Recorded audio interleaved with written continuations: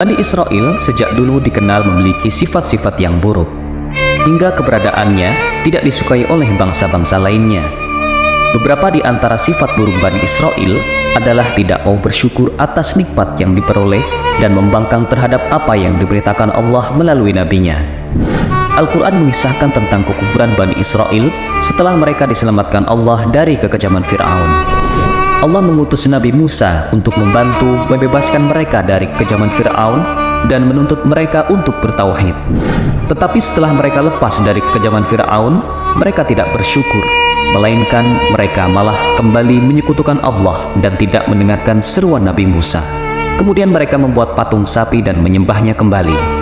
Tidak cukup seperti itu, mereka bahkan mendustakan para nabi, menganiaya, mencaci, bahkan membunuh banyak nabi mereka.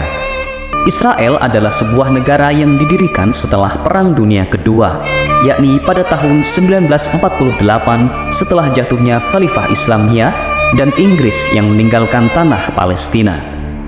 PBB mendukung pembagian wilayah yang saat itu masih Palestina menjadi bagian Yahudi serta Arab dan mendukung pembentukan negara baru yaitu Israel.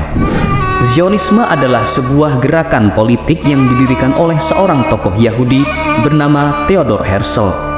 Agenda mereka adalah menghimpun orang-orang Yahudi untuk mendirikan negara nasional Yahudi di Palestina yang dianggap sebagai tanah air kuno orang Yahudi. Yahudi adalah kata yang berasal dari bahasa Ibrani, yaitu Yehud. Secara etimologi, Yahudi berasal dari kata Judah atau Yehuda. Mereka merupakan sebuah aliran atau agama.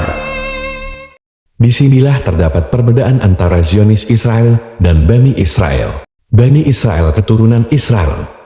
Asal-usul, Bani Israel merujuk kepada keturunan Nabi Yakub Jacob yang juga dikenal sebagai Israel dalam tradisi Yahudi dan Islam. Mereka adalah keturunan dari 12 anak laki-laki Yakub yang menjadi suku-suku Israel.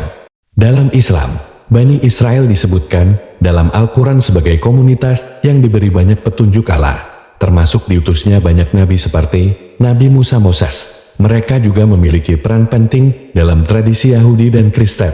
Bani Israel memiliki dimensi spiritual. Sedangkan Zionis Israel adalah gerakan politik yang muncul pada akhir abad ke-19 dengan tujuan mendirikan sebuah negara Yahudi di tanah Israel.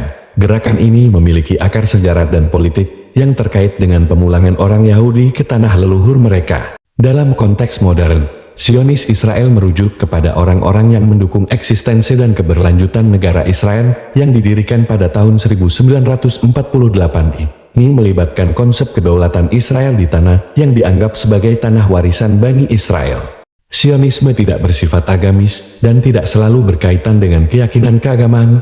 Ini lebih merupakan gerakan nasionalis politis untuk mendirikan dan mempertahankan negara Yahudi. Jadi, Bani Israel merujuk kepada keturunan sejarah yang memiliki makna agama, sementara Zionis Israel berkaitan dengan gerakan politik dan pembentukan negara Israel di tanah tersebut. Perlu diingat bahwa pandangan dan interpretasi terhadap kedua konsep ini dapat bervariasi di kalangan masyarakat.